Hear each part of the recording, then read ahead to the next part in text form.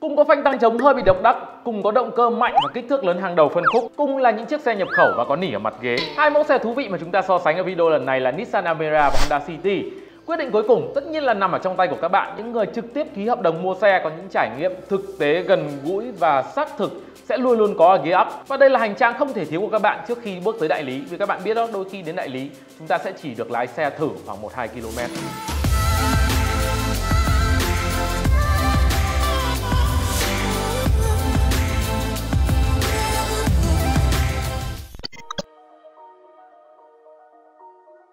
City vẫn có cỗ máy giữ dằn hàng đầu phân khúc và sự thú vị ở đây nằm ở việc các bạn có một thế hệ mới với ngoại hình thể thao hơn, nhưng phong cách vận hành thì nó lại hiền đi. Và không bàn tới chuyện drag time hay là đua bơi ở vận tốc rất cao mà nói tới cảm xúc lực máy thì tôi cho rằng chiếc Nissan Almera là mẫu xe thú vị hơn.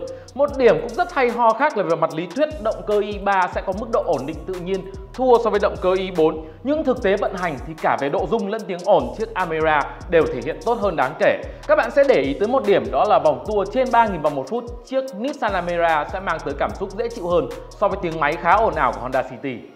Điểm mạnh là cả hai mẫu xe này các bạn sẽ đều có cái sức kéo khá là thoải mái khi đã đến giải vận tốc tầm cao 780 và di chuyển full tải thì nó không quá ì ạch so với di chuyển một người.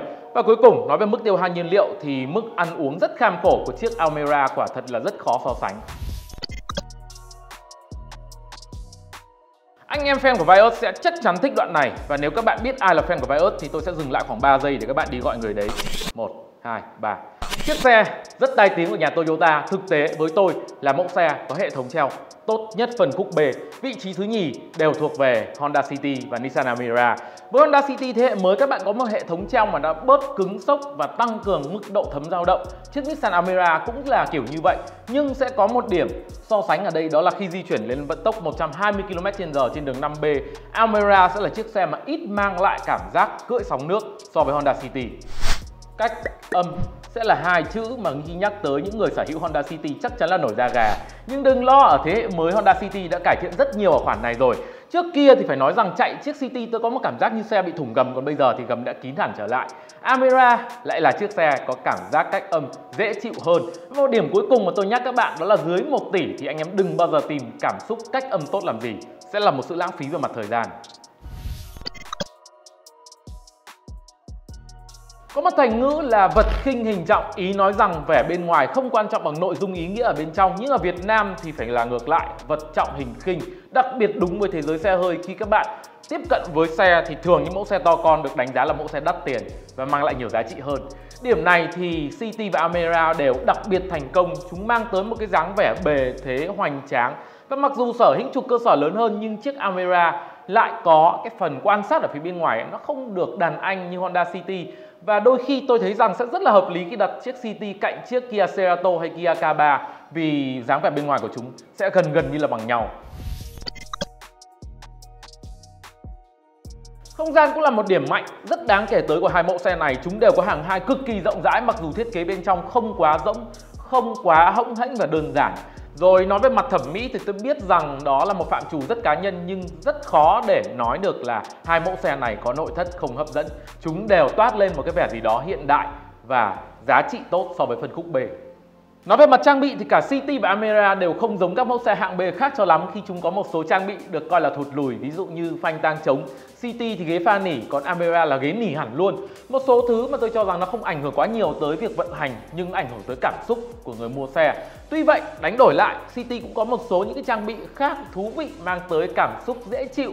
Đó là đề nổ từ xa, lẫy chuyển số sau vô lăng, cruise control, bệ tì tay và cửa gió hàng hai. Còn Nissan Almera thì nổi bật hơn ở một số trang bị mang tính chất an toàn, ví dụ như cam 360, cảnh báo điểm mù và cảnh báo phương tiện cắt ngang phía sau. Để tận hưởng không khí công nghệ ở phân khúc hạng B thì lời khuyên của tôi là tìm tới chiếc Mazda 2 Premium, mẫu xe có giá ngang bằng Honda City. Với một chiếc xe hạng B giá bán dưới 600 triệu thì tôi gọi cảm giác lái là một thứ lãng mạn, tức là đôi khi bạn sẽ không cảm nhận được nó. Tôi có nói với bạn về nó thì đôi khi bạn cũng sẽ không để ý, hoặc không có nó thì bạn vẫn sống tốt. Tuy vậy, nó là một thứ tồn tại ở phân khúc hạng B.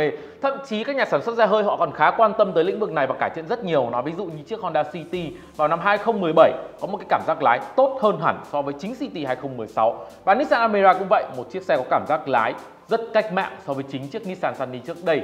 Tuy nhiên chúng ta sẽ vẫn tìm được sự phân biệt ở đây.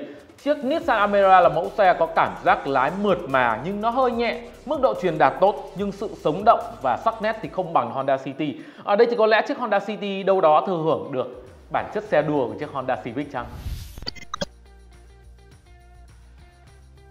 Ở thời điểm chúng tôi ghi hình video này, Nissan Almera là một chiếc xe mới ra mắt và được hưởng chính sách ưu đãi rất tốt. Nó được giảm giá ngay lập tức 40 triệu thẳng vào giá bán, và như vậy thì nó rẻ hơn rất nhiều so với chiếc Honda City, mức giá niêm yết 599 triệu. Và tôi không nhận được bất cứ thông tin nào về việc City giảm giá.